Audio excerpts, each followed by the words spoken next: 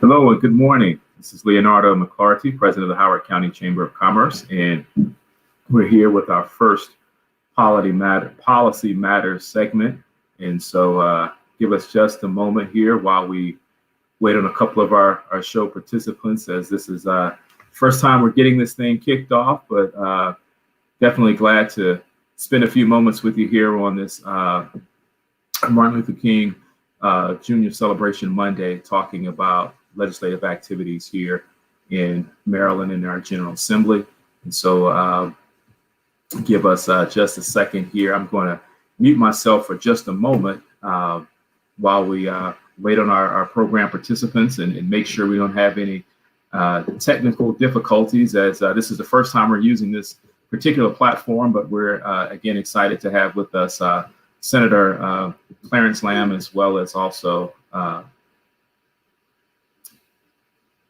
as well as also Josh Bokee. So give me just a moment here and we will get started in just a second.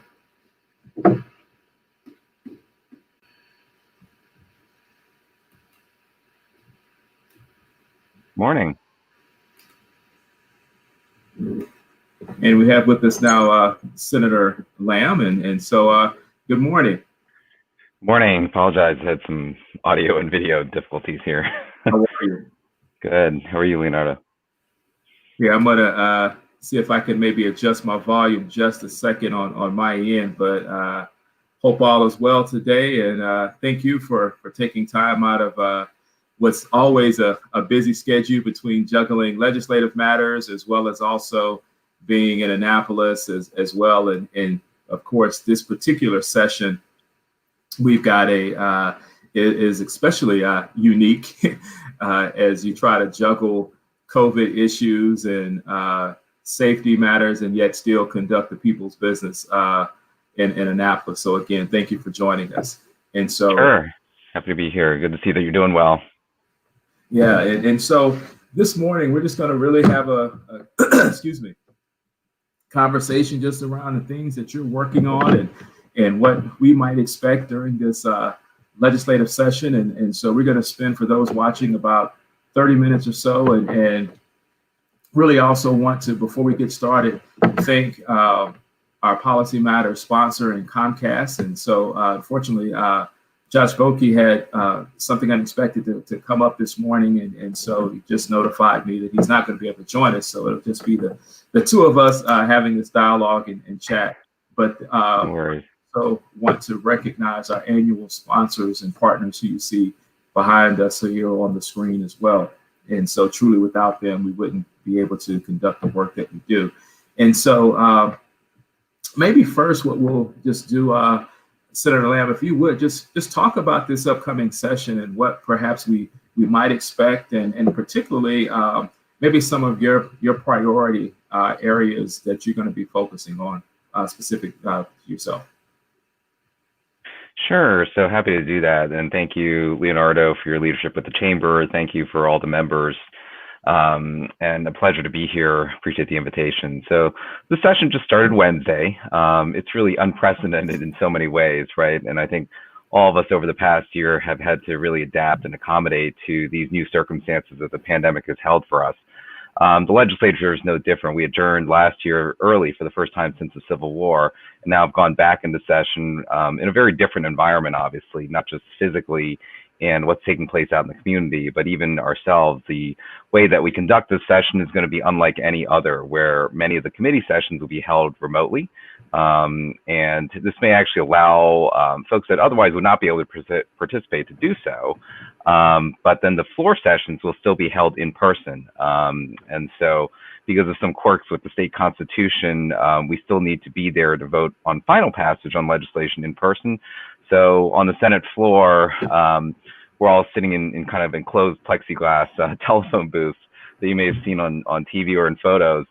The House is actually holding it differently, where they're going to have a portion of the House sitting on the House floor and another portion of the House sitting in another chamber as well, so we can all be socially distant. And then all the protocols that come from that too, whether it's testing, required masking for everyone, et cetera, et cetera. So, like so many others in the community and businesses and organizations, over the past year, we've had to adapt. And so this is another way the General Assembly is adapting as well, to be able to make the people's business happen. And so speaking of adapting, maybe if you would also, for those that have not, that may not follow it as closely, but if you would also share a little bit as well.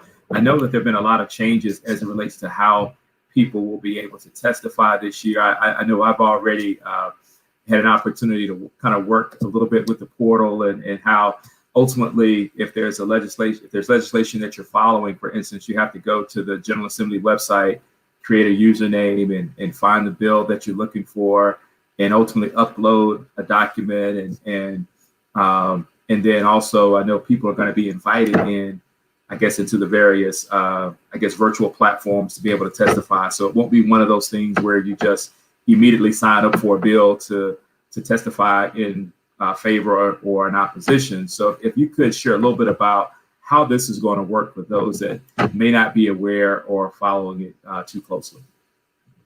Yeah, so we have to we've made some modifications to how people can testify, but we still want to have public input and value public input. So we've for instance, for legislation that's coming before us, have folks who are in the public that want to testify either in favor or in opposition to bills, they have to sign up a few days beforehand. So I think previously you could sign up until the day of around noon. Now, because of the new format, you have to sign up a few days beforehand. What's going to happen is that we're going to randomly pick folks that are from the people that have signed up in favor, and then randomly pick a few that have signed up in opposition and have them come forward to testify. The sponsor of the bill will still be able to bring forward their own panel of folks as well. And then the chair does have some discretion to bring up some additional people, including some additional people that might have opposition or concern about the bill too. So it's going to be in a bit of an abbreviated format. That means that you have to be very cogent in your arguments and very succinct, and also, reach out to other legislators either before or afterwards to be able to follow up on that bill to make sure that your points are being heard and conveyed. So it's going to require a little bit more coordination. And, the limitation there is that because we are making it easier for people to sign up, anyone could sign up. And if we didn't have some limitations in place, we could be there for, hours into the evening on any single bill because it's wide open for anyone to testify. So on the other hand, we've also made it a little bit more transparent and open. So for committee voting sessions, for example, where the committee actually votes either to move forward a piece of legislation or to not, that will actually be live streamed as well, I think. And that's the first time that we've ever live streamed the voting sessions out of committee. And you're now going to see the actual floor sessions with video also. In the past, it was audio only. And so now we've added the video capability to the floor sessions as well. So it's kind of a balance. Nothing's perfect. We're trying to all account for the new norm that's here. And this is one way that the General Assembly is trying to be flexible.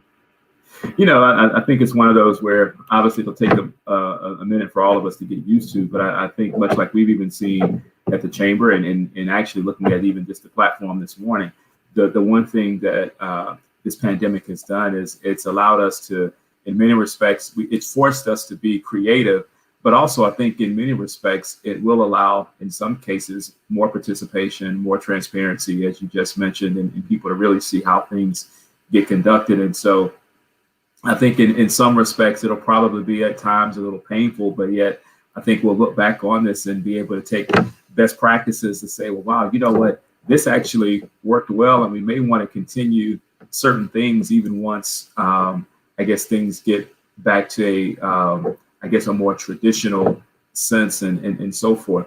Now, I know also you shared with us kind of the things that are taking place from a General Assembly standpoint, but then also just for local legislation as well. So when the delegation has its meetings, I think those are going to now be live streamed on YouTube. So how do people that have a specific interest in Howard County, how do they actually get a chance to follow the process from the Howard County delegation?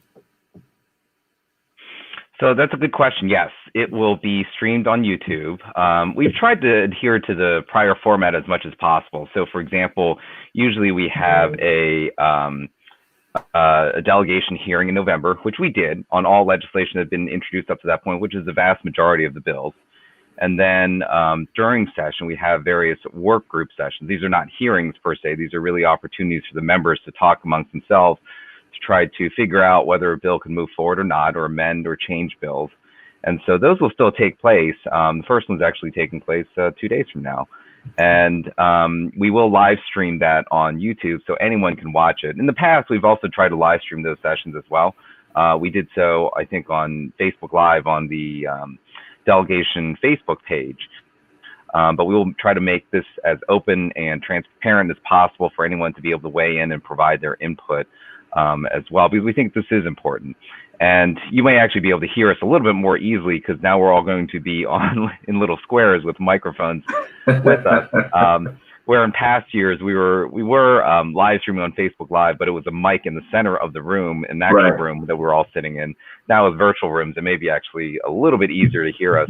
The other quick thing that we've changed in the format is with hearings, particularly committee hearings, being a little bit shortened and streamlined. It's given us more time to actually meet with constituents, to talk to voters, to actually talk to other people, because we recognize that this virtual format needs to give us some more time to be able to work with our colleagues and work with the general public and be able to convey our thoughts and hear people's concerns as well.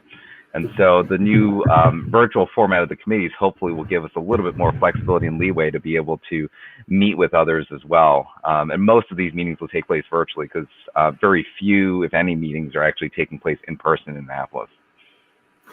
Thank you. And I think that's probably a good segue into maybe really talking about some policy stuff. And so I know you've got a couple of bills on the local side that you've introduced. And so let's talk about those. And both are education related, which, you know, for those that know you know that that's something that you're particularly passionate about. I would say probably education and public health, which certainly the public health is no secret considering you're an MD. But let's talk about, I know one of the bills is related to, I guess, geographic attendance and area boundaries. And then I guess both in some respects deal with input and redistricting. If you would kind of talk about the two bills that you have before us from a local legislation standpoint. Sure, happy to do that. Yes, education is incredibly important. It's one of the large drivers why people come to Howard County. I hear about it all the time from our constituents, and so as someone who also teaches courses at Johns Hopkins, is on faculty there, you know, I recognize some of the challenges and the importance of education as well. These two pieces of legislation really stem from the redistricting discussion and transitions that took place last year. And actually now it was 2 years ago when we look at it. Both these bills were actually introduced last year in last year's session, but because of the abbreviated session, we weren't able to get these passed by the end of session. The first of which is a bill that will put some more guardrails in place on the redistricting process. And so this bill is really aimed at having the Board of Education at least study and examine redistricting more frequently. The reason this is because it allows the board to take some smaller changes more periodically rather than having these ginormous changes that take place, you know, every 5 or 10 years, which is really disruptive and really brings out a lot of concern from the community. If you can kind of work gradually, of course, you can stem some of these large changes that are really disruptive to a community.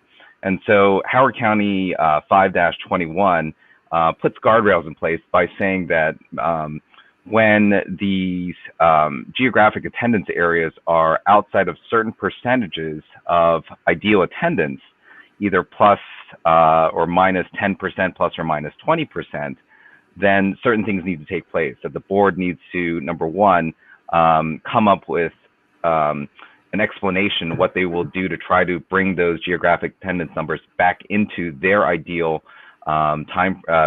back to their ideal range, and then two, report back to the General Assembly what they hope to do. And so it does not require redistricting. I think that was a concern that a lot of people had. It does not require redistricting. It just says that they have to come up with an explanation. They may have to come up with a plan to bring their attendance figures in schools back within the range that they set for themselves. And then also report back to the delegation, report back to the county council, and also the county executive.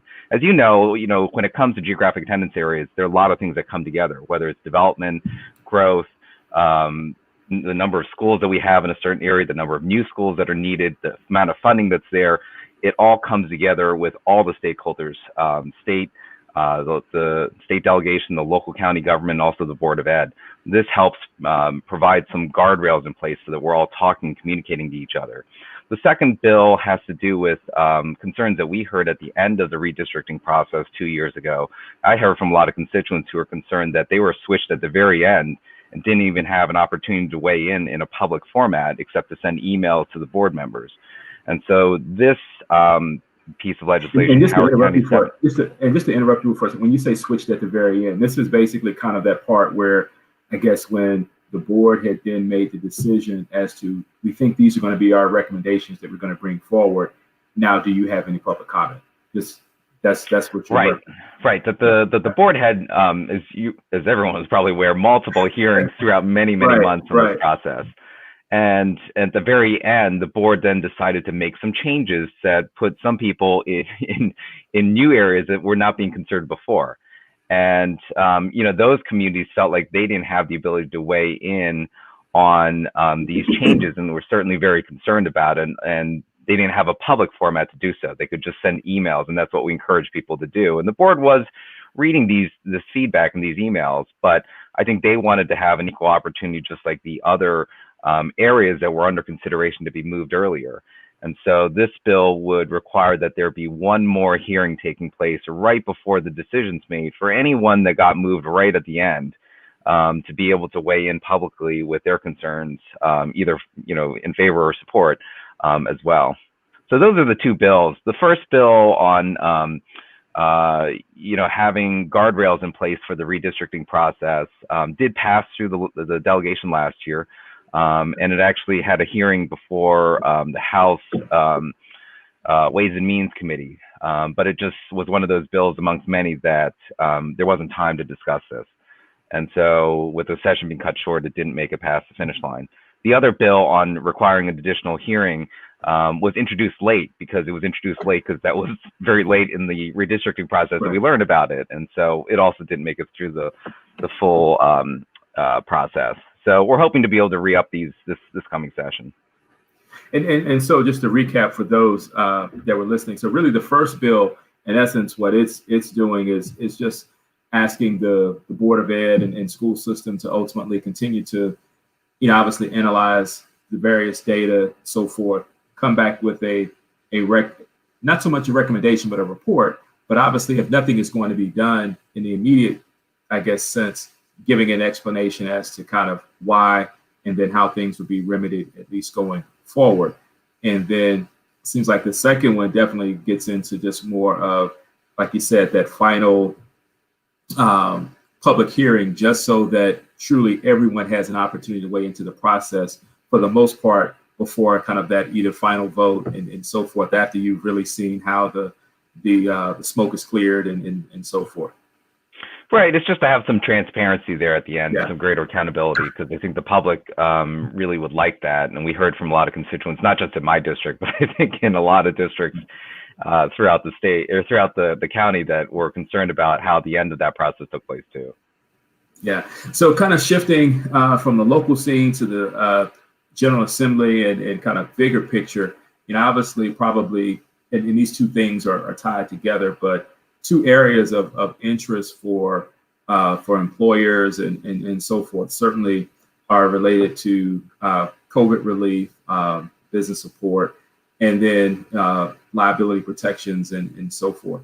And so maybe on the COVID relief piece, I guess one question that I have on that is, I know that there's a lot of discussions around particularly relief for residents as we continue to hear about the unfortunate remnants of people losing their homes, whether that's from a particularly on the rental scene, and so forth. But also was curious if there are conversations also being held as it relates to support, particularly of maybe what I'm going to define as smaller landlords. So, for instance, if I'm just a small business guy, maybe I have just a shopping plaza that's like a little strip center that's got 3 or 4 stores in it, maybe 5, but I'm not nearly a regional shopping center developer or what have you that's got various income streams and maybe even federal support. But yet it seems like the smaller landlords have been kind of squeezed in a sense in some of these conversations. So just curious, as you guys talk about COVID relief and particularly obviously looking at renter support, are there conversations being held as well as to how as to how our small businesses can continue to be supported, particularly maybe smaller landlords? Right. I think we do, and we want to keep that in mind. I think, we know that small businesses are the drivers of our local economies. We know that, I think it's a good, majority of business and job growth on the local side takes place because of small business support and development. And that includes small landlords too. I think these are really our small businesses that they may have only a few employees, but they still employ, accountants and folks that clean the facilities, folks that go out and do maintenance, et cetera, that, are struggling too. And so I think we do need to bear those folks in mind, as well as the renters. I think we as a state are looking at a potentially a large package to help a lot of different sectors and people, whether they be renters or small landlords or small businesses or people that have earned unemployment benefits that need it. I think there's a lot of need to go around, and that's where we're hoping that the federal government will provide state and local relief as well, because while our state coffers are doing okay right now, particularly compared to other states, we know there's a lot of need in our community too. So we have to be very judicious in where that targeted need is going to. And so the more that the federal government, who does have the benefit of being able to print money, can provide, support to state and local governments, that frees up our ability to be able to also provide that, that support for local businesses, economic development, relief for individuals, renters, et cetera. So I think that's all in the mix. We are, like I said, fortunate in Maryland in that our state's budget and deficit is not, in a particularly bad spot right now.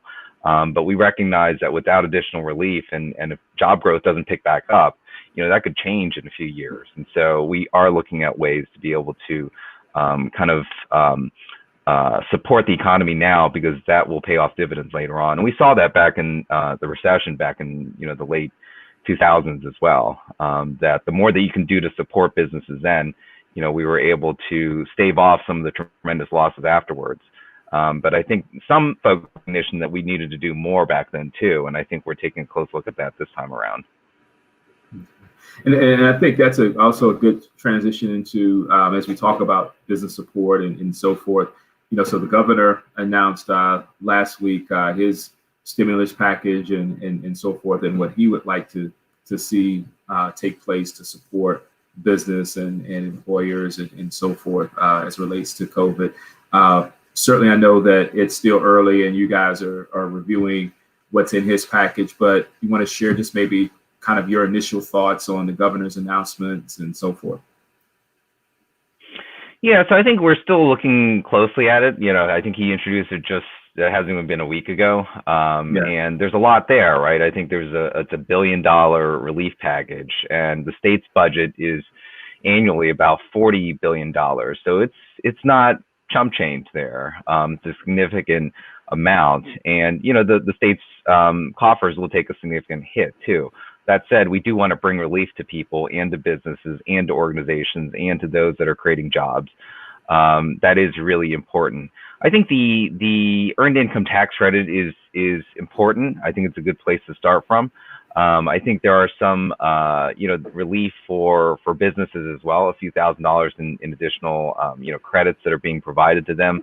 And so I think one thing that we're trying to, take a closer look at is how we can be very targeted in where that support goes, right? We want to make sure it goes to the businesses that really need it. I think when you look at the PPP on the federal level, that's where they really tripped out of the gate. A lot of these funds went to businesses that were doing well, that they were able to stave their losses already, and they were just padding their bottom line, where a lot of small businesses got very minuscule checks, right, out of the PPP. That was slapped together, thrown together very quickly, and wasn't well managed by the U.S. Treasury Department. And so I think what we're trying to avoid is that. And I think there's consensus that we don't, what we saw then was not what we want to do on the state level. We want to be very targeted. We want to help the people that actually need it. And then we want to give as much benefit as possible to those need it, so that they can get the support that they really need. So I think there's more to come. I think it's a good starting point for discussion. And with anything in the legislative process, it's not one-sided, right? So there is a dialogue that goes on to be able to pass these pieces of legislation, and it's early, so that dialogue is just still happening. Yeah, and on that, excuse me, and as I'm looking at our clock here, and so just have a couple more questions that I guess we'll kind of do quickly, just because I know we told viewers and yourself included, we keep this to a half hour. And that is, the next question is related to liability protections. And so one of the big concerns from employers is the fact of obviously litigation and so forth that could be brought about by whether that's customers, employees, vendors related to COVID.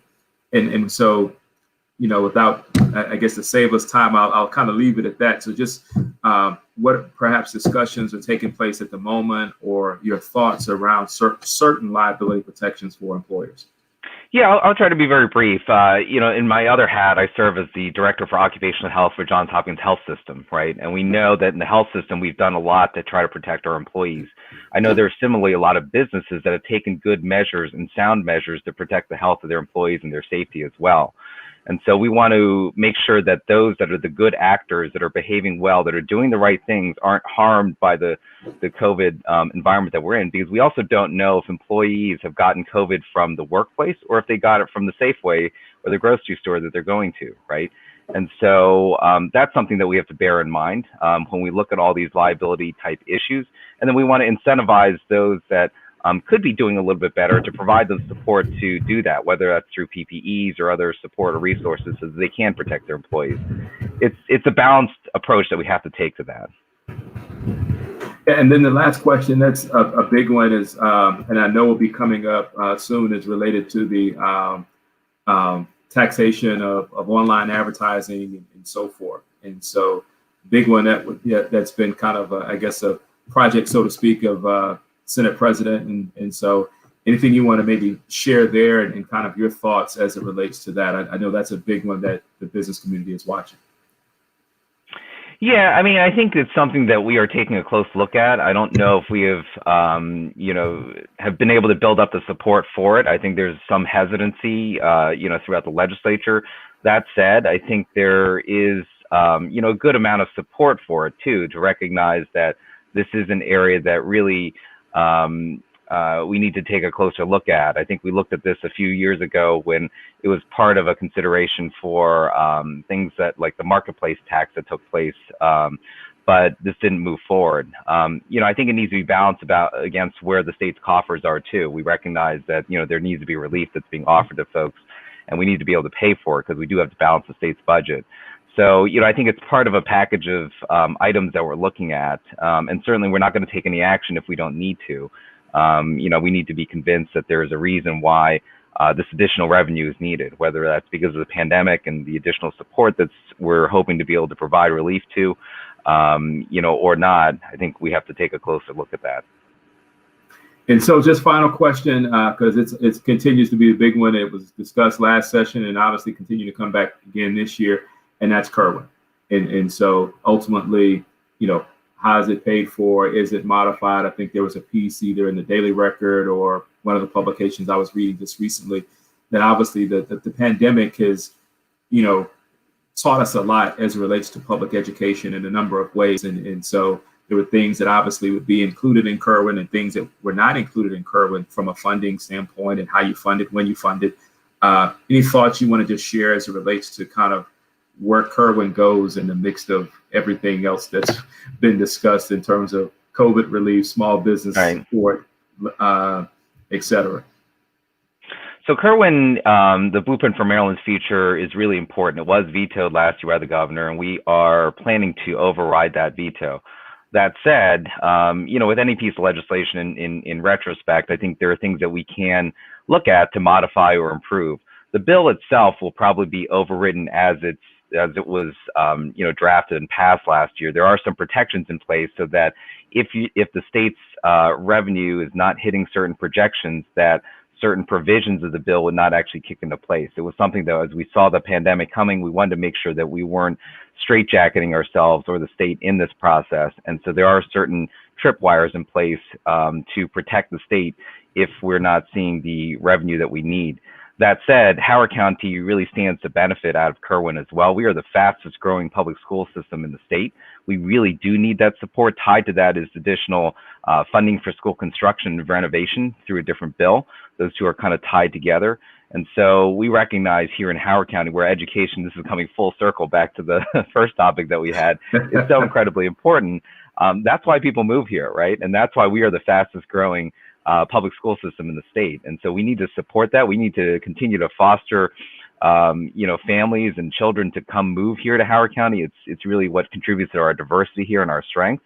And so, we're hoping that through the override of Kerwin and the Blueprint for Maryland's Future, additional dollars will come forward. That said, if there are corrections or modifications that need to take place, I don't think any of us are blind to that. I think we're willing to consider that and take that up in the session too. That would probably be a different piece of legislation, though. Yeah. Excellent. Well, with that, obviously we could talk the rest of the morning as there's a lot going on, but we again want to be respectful of your time as well as our viewers. And so hopefully for those that have tuned in and that even will watch later, that they were able to get a little bit of information that maybe in some things that they didn't know.